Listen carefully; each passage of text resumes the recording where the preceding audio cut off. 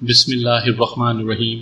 سامعین اکرام، آپ سن رہے ہیں ملک صفدر حیات خان کی داستانوں کے سلسلے میں ایک اردو داستان غیرت کا معاملہ، جس کے راوی خود ملک صفدر حیات خان ہیں، اور یہ اس سلسلے کی قسط نمبر 3 ہے۔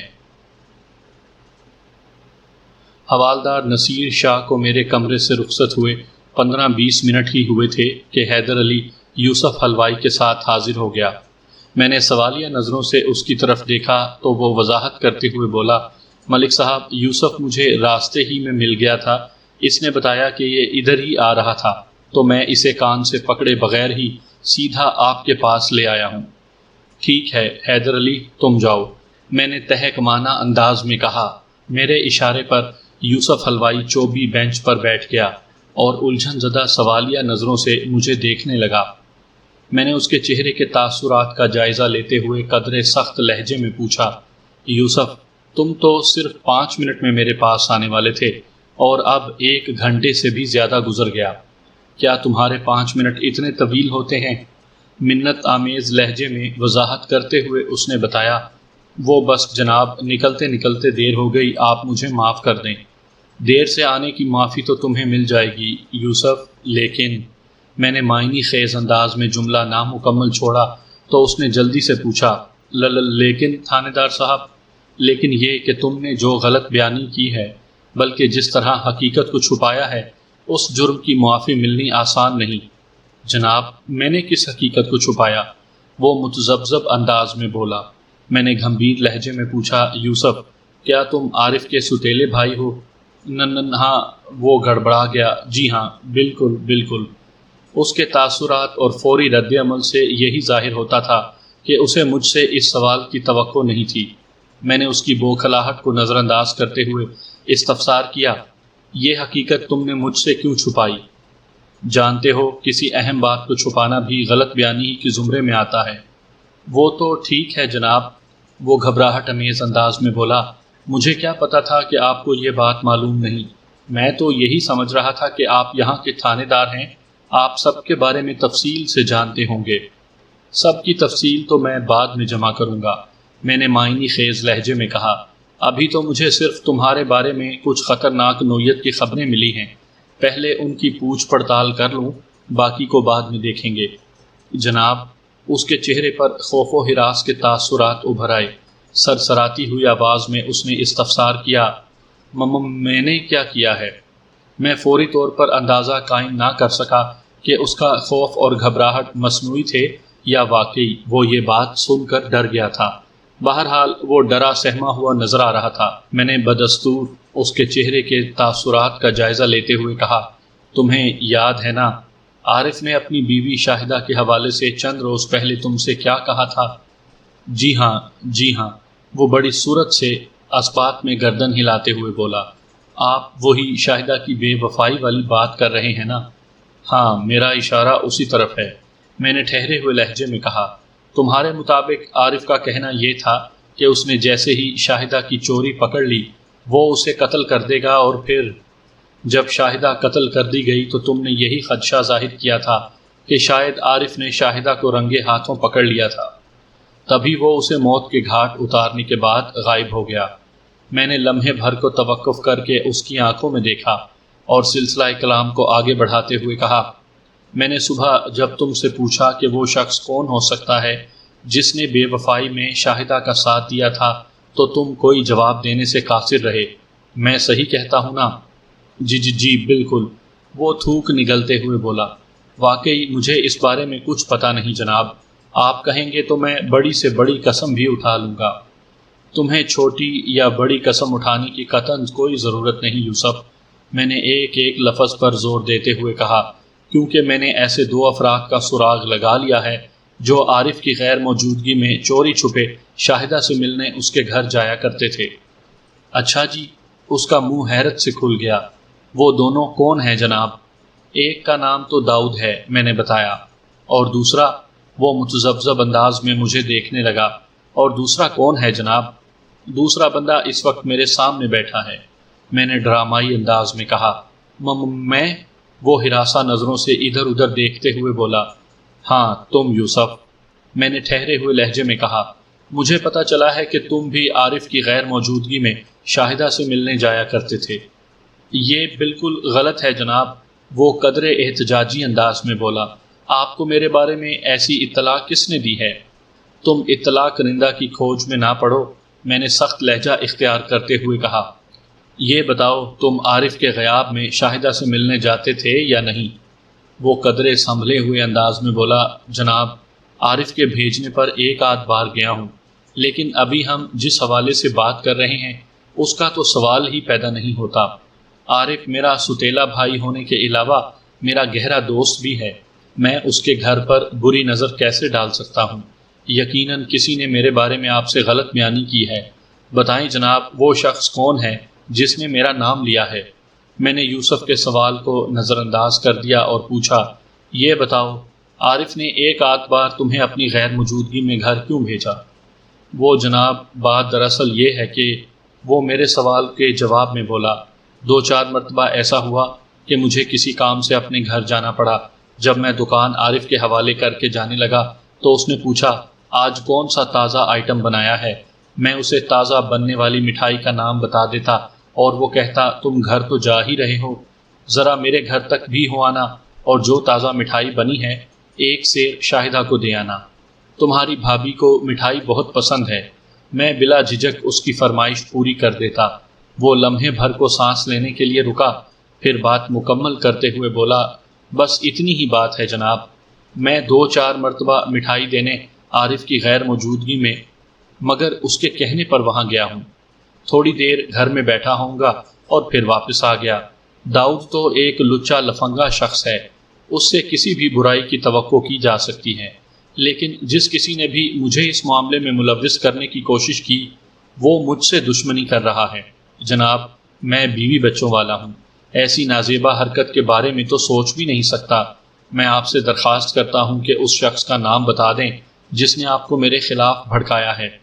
بات ختم کرتے کرتے اس کا لہجہ خاصا جذباتی بلکہ جارحانہ ہو گیا تھا۔ میں نے ٹھہرے ہوئے انداز میں کہا، یوسف تمہاری نیت میں کوئی فتور نہیں تھا، تم عارف کی بیوی کو عزت کی نگاہ سے دیکھتے تھے اور کسی غلط مقصد سے کبھی اس کے گھر نہیں گئے۔ تمہارے لیے بس یہی کافی ہونا چاہیے۔ تم اس فکر میں خود کو دبلا نہ کرو کہ مجھے تمہارے بارے میں کس نے بتایا۔ پھر بھی ملک صاحب پتہ تو چلے وہ میرا چھپا ہوا دشمن آخر ہے کون؟ اس کے انداز میں اچھا خاصا اصرار پایا جاتا تھا۔ میں نے تسلی بھرے لہجے میں کہا، وقت آنے پر میں اس شخص کا نام ظاہر کر دوں گا۔ پھر شاکی نظروں سے اس کی آنکھوں میں دیکھتے ہوئے اضافہ کیا، یوسف تم سے ایک بڑی سنگین غلطی ہوئی ہے۔ اگر تم نے وہ غلطی نہ کی ہوتی تو مجھے یقین ہے شاہدہ یوں قتل نہیں کی جاتی۔ میں حالات کو بڑی خوبصورتی سے کنٹرول کر سکتا تھا۔ میں نے کون سی غلطی کی ہے ملک صاحب؟ وہ حیرانی سے مجھے تکنے لگا۔ میں نے ٹھہرے ہوئے لہجے میں کہا، جب عارف نے تم سے شاہدہ کے قتل کے حوالے سے وہ خطرناک گفتگو کی تھی، تمہیں اسی وقت آ کر مجھے بتانا چاہیے تھا کہ اپنی بیوی کے حوالے سے عارف کے ارادے ٹھیک نہیں ہیں۔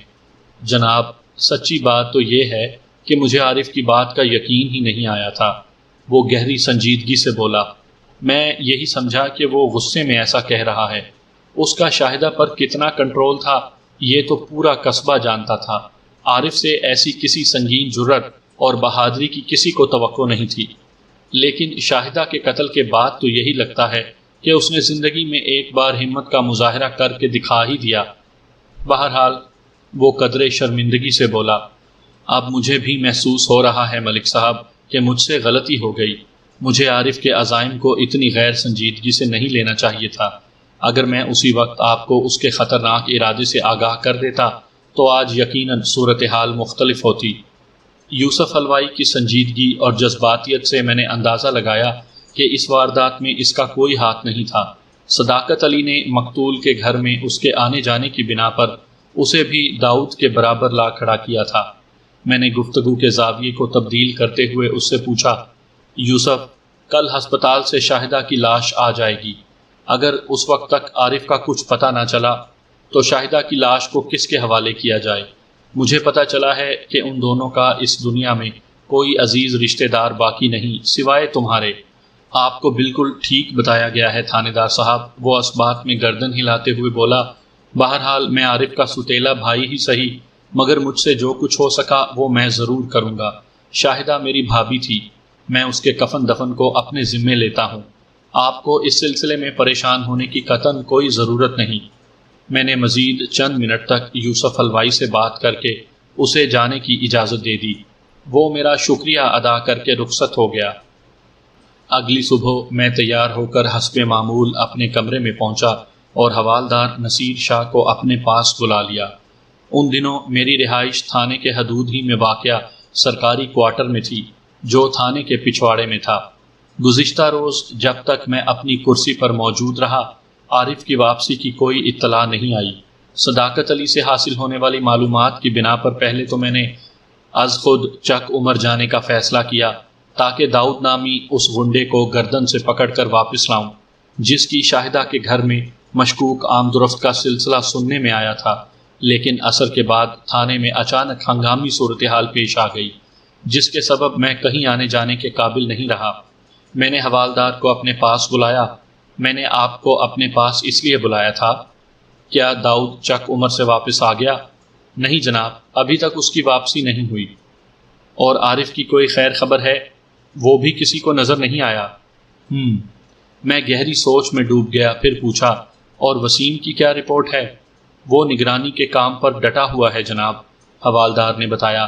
ابھی تک وہاں کوئی ایسا واقعہ پیش نہیں آیا جس کی رپورٹ کے لیے وسیم کو تھانے کا رخ کرنا پڑے۔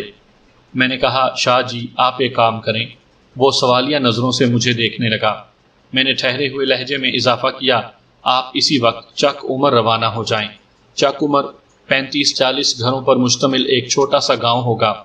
یہ معلوم کرنا ذرا مشکل نہیں ہوگا کہ داؤد وہاں کس سے ملنے گیا ہے۔ آپ اسے اپنے ساتھ تھانے لے آئیں۔ ادھر جانے کا پروگرام تو میرا تھا، لیکن اب تھانے میں موجود رہنا ضروری ہے۔ پتہ نہیں سرکاری ہسپتال سے کس وقت شاہدہ کی لاش آ جائے۔ اسے یہاں سے گئے ہوئے 24 گھنٹے ہو گئے ہیں۔ جو آپ کا حکم ملک صاحب۔ وہ اٹھ کر کھڑا ہو گیا۔ میں ابھی روانہ ہو جاتا ہوں۔ ایک فوری خیال کے تحت میں نے اس سے پوچھا، چک عمر آنے جانے کا راستہ تو ایک ہی ہے نا؟ جی ہاں، بالکل ایک ہی راستہ ہے، اس نے بتایا۔ ہو سکتا ہے چک عمر پہنچنے سے پہلے ہی آپ کی اس سے ملاقات ہو جائے۔ داؤد کے گھر والوں کے مطابق اسے آج واپس آنا ہے۔ حوالدار نصیر شاہ مجھے سلام کر کے کمرے سے نکل گیا۔ ٹھیک 10 منٹ کے بعد وہ واپس آ گیا۔ میں نے تعجب خیز نظروں سے اسے دیکھا اور پوچھا، شاہ جی اتنی جلدی آپ چک عمر سے ہو بھی آئے؟ جناب، تھانے سے نکلنے کے بعد مجھے ایک اہم بات یاد آ گئی، اس لیے چک عمر کی طرف جانے سے پہلے میں آپ کے پاس آیا ہوں، اس نے اضطراری لہجے میں بتایا۔ میں نے سوالیہ نظروں سے اسے دیکھا۔ کچھ کہنے کے بجائے اس نے اپنی جیب میں ہاتھ ڈالا اور ٹٹولتے ہوئے انداز میں کچھ تلاش کرنے لگا۔ اگلے ہی لمحے سگریٹ کا ایک پیکٹ نظر آیا۔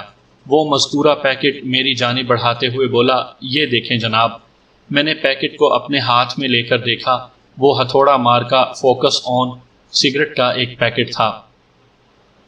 میں نے پیکٹ کھول کر اندر جھانکا۔ اس میں 3 سگریٹ موجود تھے۔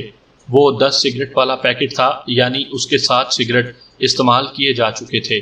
ہتھوڑا مارکا سگریٹ کے پیکٹ پر ایک محنت کش لوہار کو ہتھوڑے کی مدد سے لوہا کوٹتے ہوئے دکھایا گیا تھا۔ وزنی آہنی ہتھوڑے کی ضرب لگاتے وقت اس لوہار کے بازوؤں کی مچھلیاں بہت نمایاں ہو گئی تھیں۔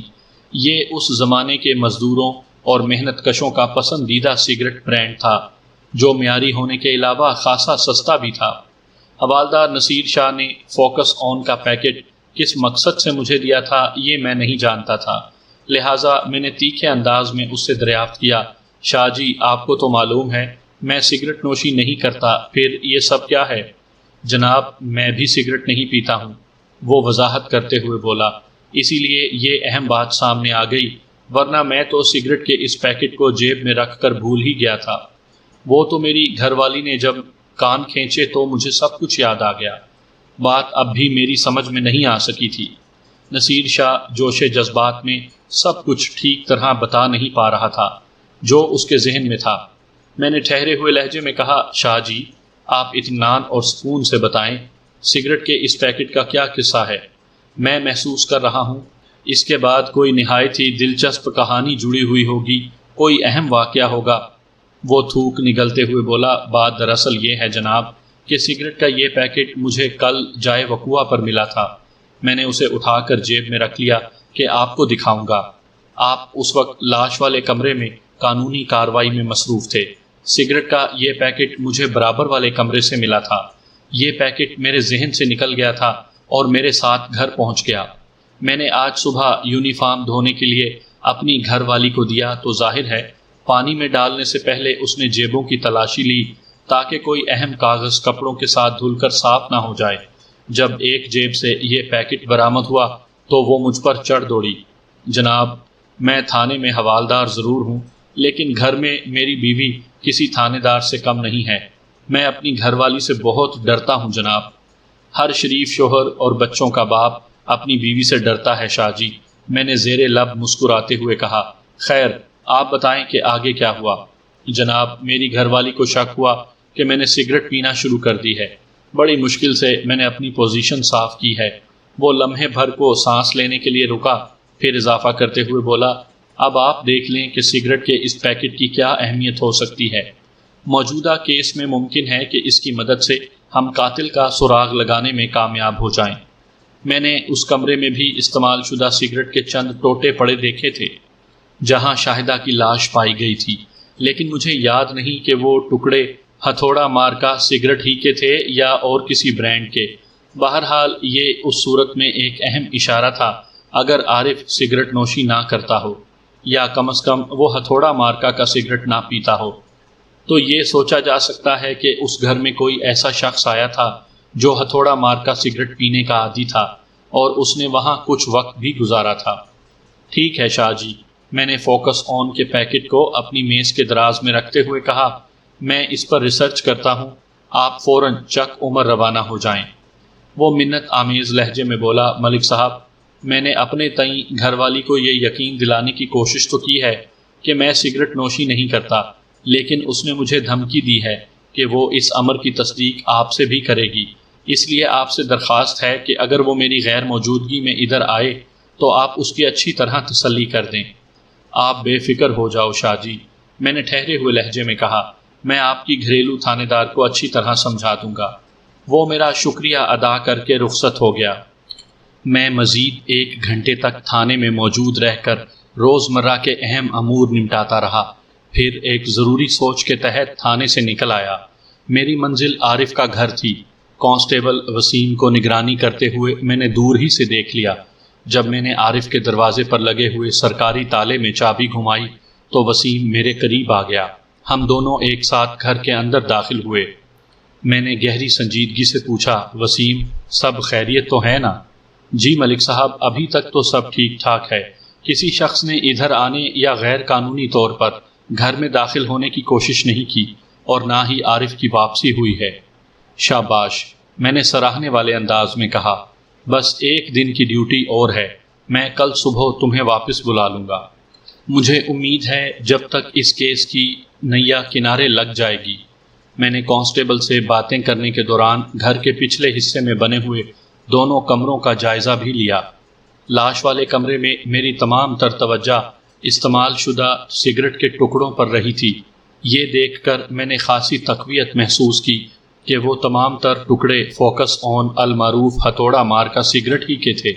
گزشتہ روز میں ساتھ والے کمرے کا تفصیلی معائنہ نہیں کر سکا تھا، اب میں نے اس کا بھی جائزہ لیا۔ مذکورہ کمرہ سٹور روم کا نقشہ پیش کر رہا تھا۔ ایک جانب دیوار کے ساتھ لکڑی کے ایک بڑے تخت پر نیچے سے اوپر تک بستر رکھے تھے۔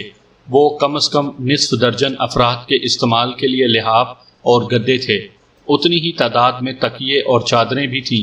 میری سمجھ میں نہ آیا کہ 2 افراد کی اس مختصر سی فیملی کو اتنے اوڑھنے اور بچھونے کی کیا ضرورت تھی۔ بہرحال دوسری دیوار کے ساتھ 3 ڈرم پہلو با پہلو رکھے ہوئے تھے۔ 3.5-4 فٹ اونچے نیلے رنگ کے 2 پلاسٹک کے ڈرم دراصل کسی ٹیکسٹائل کیمیکل کے لیے استعمال ہوتے تھے، لیکن بعد ازاں لوگ انہیں دھو مانج کر گھریلو استعمال میں لے آتے تھے اور عموماً ان میں اناج سٹور کیا جاتا تھا۔ میں نے ایسے ڈرم کئی گھروں میں رکھے دیکھے تھے۔ میں نے مذکورہ ڈرمز میں سے ایک ڈھکن اٹھا کر دیکھا، اس کے اندر مجھے گندم بھری نظر آئی۔ میں سمجھ گیا باقی 2 ڈرمز میں آٹا اور چاول کا ذخیرہ ہوگا۔ میں ڈرمز کو چھوڑ کر دیگر اشیاء کی جانب متوجہ ہو گیا، لیکن وہاں پر کوئی بھی ایسی چیز دکھائی نہ دی جو اس کیس میں کسی طور معاون ثابت ہوتی۔ میں نے دونوں کمروں کو دوبارہ لاک کیا اور گھر کے صحن میں آ گیا۔ اس دوران وسیم مسلسل میرے ساتھ رہا تھا، لیکن اس نے مجھ سے کوئی سوال نہیں کیا تھا۔ میں اسے چند نئی ہدایات دینے کے بعد واپس آ گیا۔ اس وقت میرے ذہن میں صرف ایک ہی سوال گونج رہا تھا، اور وہ یہ کہ آیا عارف سگریٹ نوشی کا عادی تھا یا نہیں، اور اگر وہ سگریٹ پیتا تھا تو کون سی برانڈ؟ اس سوال کا تسلی بخش جواب یا تو شاہدہ دے سکتی تھی اور یا پھر یوسف حلوائی۔ شاہدہ کسی سوال و جواب کے قابل نہیں رہی تھی، لہٰذا میرے قدم بے اختیار مجھے حلوائی کی دکان کی طرف لے گئے۔ یوسف نے ابھی دکان کھولی تھی اور شو کیس میں مٹھائی کے تھال سیٹ کر رہا تھا۔ اس وقت وہ تہہ بند اور بنیان میں ملبوس تھا۔ مجھ پر نظر پڑتے ہی وہ استقبالیہ انداز میں آگے بڑھا، آئیں جی سو بسم اللہ۔ اس کے ساتھ ہی اس نے جھاڑن نما ایک کپڑے سے سٹول کو صاف کر کے میرے سامنے رکھتے ہوئے کہا، تشریف رکھیں جناب۔ میں نے یوسف کی آنکھوں میں دیکھتے ہوئے کہا، کوئی تکلف نہ کرو، میں یہاں تشریف رکھنے نہیں آیا، ادھر سے گزر رہا تھا، سوچا تمہاری دکان ہی دیکھ لوں، کیا پتہ کبھی مٹھائی لینے کے لیے آنا پڑ جائے۔ جناب کمال کرتے ہیں آپ بھی۔ وہ چور نظروں سے دکان کے اندرونی حصے کی جانب دیکھتے ہوئے بولا، آپ کو زحمت کرنے کی بھلا کیا ضرورت ہے، آپ اشارہ کر دیں، مٹھائی تھانے میں آپ کی میز پر پہنچ جائے گی۔ وہ لمحے بھر کے لیے رکا، پھر رازدارانہ انداز میں بولا، آج میں تازہ میسو پاک بنانے والا ہوں، اگر آپ کا حکم ہو تو دو سیر بھجوا دوں۔ میں جب اس کی دکان پر پہنچا تھا تو مجھے ویلکم کہنے سے پہلے بھی اس نے کن اکھیوں سے دکان کے اندر جھانکا تھا۔ ایک مرتبہ پھر اس نے یہی حرکت کی تو میں کھٹک گیا، تاہم معقول لہجے میں اس کے استفسار کا جواب دیتے ہوئے کہا، تمہیں دو سیر مٹھائی اٹھا کر تھانے لانے کی ضرورت نہیں یوسف، مجھے جب ضرورت ہوگی تو میں خود ہی تمہاری دکان سے منگوا لوں گا۔ ایک لمحے کا توقف کر کے میں نے بے ساختہ اس سے پوچھ لیا، یہ تم بار بار چور نظروں سے دکان کے اندر کیا دیکھ رہے ہو؟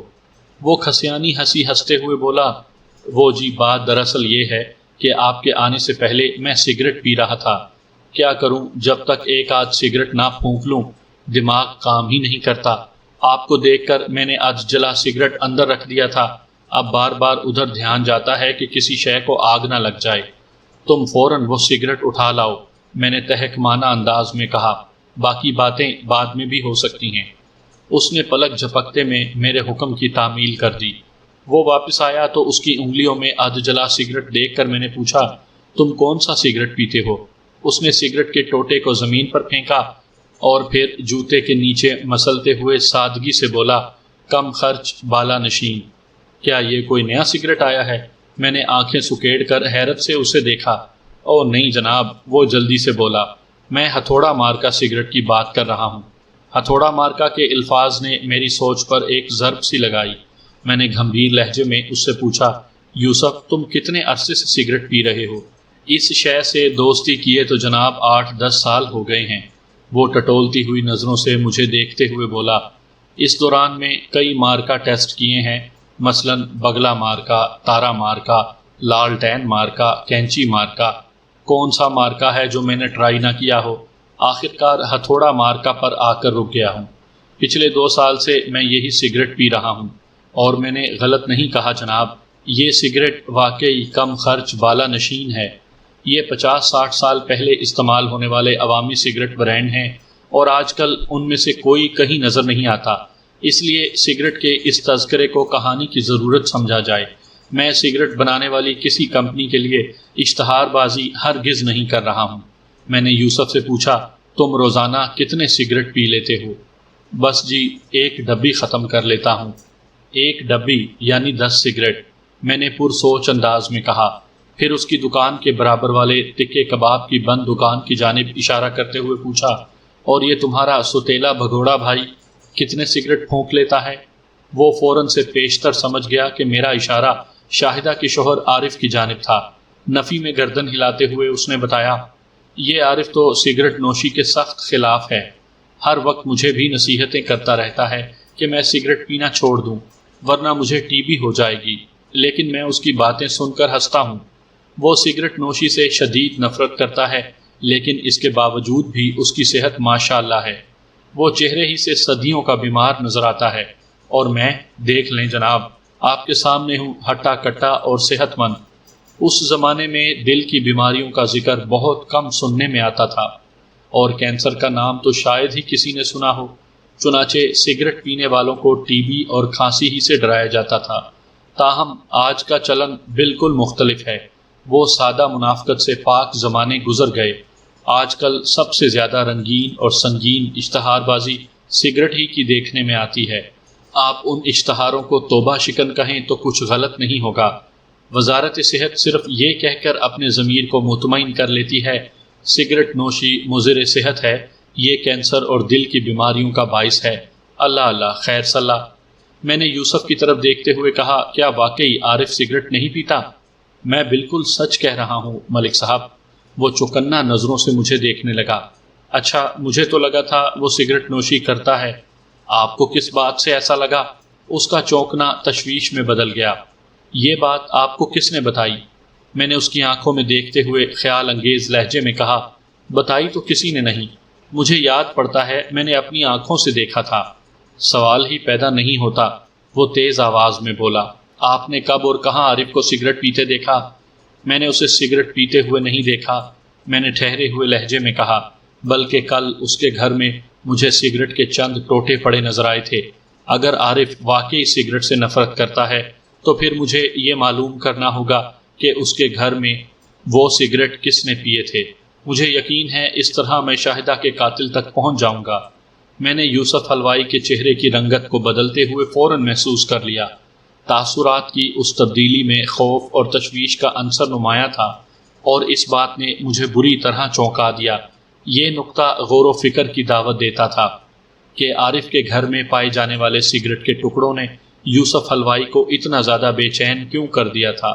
میری چھٹی حس نے اسی لمحے کسی بڑی گڑبڑ کی نشاندہی کر دی، لیکن حقیقت کی تہہ تک پہنچنے کے لیے میں نے اپنی سوچ اور محسوسات کو چہرے سے ظاہر نہیں ہونے دیا، اور تجربے کار کھوجتی ہوئی نظروں سے اسے یک ٹک گھورتا چلا گیا۔ اس نے مجھ سے پوچھا، ملک صاحب، آپ نے عارف کے گھر میں سگریٹ کے جو ٹکڑے پڑے دیکھے ہیں وہ کس برانڈ کے تھے؟ یہ سوال کہیں اس کے بہت اندر سے آیا تھا، جیسے سگریٹ کے برانڈ کے بارے میں جاننا اس کے لیے زندگی موت کا مسئلہ ہو۔ میں نے سگریٹ والے معاملے میں اس کی تشویش آمیز دلچسپی دیکھی تو عام سے لہجے میں کہا، او جی لعنت بھیجو سگریٹ کے برانڈ پر، یہ کوئی اتنی خاص بات نہیں ہے۔ یہ تو تمہاری سگریٹ نوشی سے عارف کا تذکرہ نکل آیا اور میں تم سے پوچھتا چلا گیا۔ اس کے گھر میں کوئی سے بھی سگریٹ پڑے ہوں، ہمیں اس سے کیا، یہ بھی تو ہو سکتا ہے۔ میں نے رازدارانہ انداز میں جملہ ادھورا چھوڑا اور اضافہ کرتے ہوئے کہا کہ عارف تمہارے سامنے سگریٹ کی برائی کرتا ہو اور گھر میں چھپ چھپ کر سگریٹ پیتا ہو، انسان کو سمجھنا بہت مشکل کام ہے یوسف۔ ہاں، یہ تو آپ ٹھیک کہتے ہیں، وہ معنی خیز انداز میں گردن ہلاتے ہوئے بولا۔ وہ ظاہر یہی کر رہا تھا جیسے میری وضاحت سے مطمئن ہو گیا ہو، لیکن مجھے بخوبی اندازہ ہو رہا تھا کہ وہ اندر سے بری طرح بے چین ہے۔ یوسف کی بے چینی، بے قراری اور انتشار مجھے انتہا تک سوچنے پر مجبور کر رہی تھی، اور اس صورتحال میں عارف کے پڑوسی صداقت علی کے یہ الفاظ میری سماعت میں گونج رہے تھے، تھانے دار صاحب، یوسف بھی شاہدہ کے لیے ایک نامحرم ہی ہے۔ عارف کی غیر موجودگی میں چوری چھپے شاہدہ سے اس کی ملاقاتوں کو نظر انداز نہیں کیا جا سکتا۔ میں نے اسی لمحہ فیصلہ کر لیا کہ یوسف حلوائی کو چیک کرنے کے لیے میں نفسیاتی طریقہ کار اختیار کروں گا۔ اگر وہ کسی بھی زاویے سے شاہدہ والے معاملے میں ملوث ہے تو میرے نفسیاتی جال سے بچ نہیں سکے گا۔ میں نے اسے مطمئن اور بے خبر رکھنے کے لیے سرسری انداز میں کہا، یوسف، عارف کی سگریٹ بلکہ خفیہ سگریٹ نوشی سے پریشان ہونے کی ضرورت نہیں۔ میں کل صبح تمہارے ساتھ اس کے گھر جاؤں گا، پھر تم اپنی آنکھوں سے دیکھ لینا وہ چھپ چھپ کر کون سے برانڈ کے سگریٹ پیا کرتا تھا۔ وہ تجویز دینے والے انداز میں بولا، میں اس وقت فارغ ہوں، اگر آپ کہیں تو ہم ابھی عارف کے گھر جا کر دیکھ لیتے ہیں۔ اس کی حد سے زیادہ بڑھتی ہوئی دلچسپی میرے شک کو یقین میں بدلنے کا باعث بن رہی تھی۔ میں نے اپنے چہرے کے تاثرات کو قابو میں رکھتے ہوئے کہا، اس وقت تم فارغ ہوگے لیکن میں ہرگز نہیں۔ آج ایک اہم معاملے میں سارا دن تھانے میں میری موجودگی بہت ضروری ہے۔ وہ قدرے مطمئن ہوا کہ میں آج کا پورا دن تھانے میں گزارنے والا ہوں۔ پوچھنے لگا، تھانے دار صاحب، شاہدہ کی لاش کب تک ہسپتال سے واپس آئے گی؟ عارف کا تو ابھی تک کچھ پتہ نہیں۔ اس کے کفن دفن کا بندوبست مجھے ہی کرنا ہوگا، اس لیے پوچھ رہا ہوں۔ میں نے اسے بے خبر رکھنے کے لیے دانستہ جھوٹ بولا۔ میرے خیال میں شاہدہ کی لاش کل صبح ہی یہاں پہنچے گی۔ اس کے بعد تمہاری مرضی پر منحصر ہوگا کہ تم اس کی تجہیز و تکفین کا بندوبست اس کے گھر پر کرتے ہو یا اپنے گھر پر۔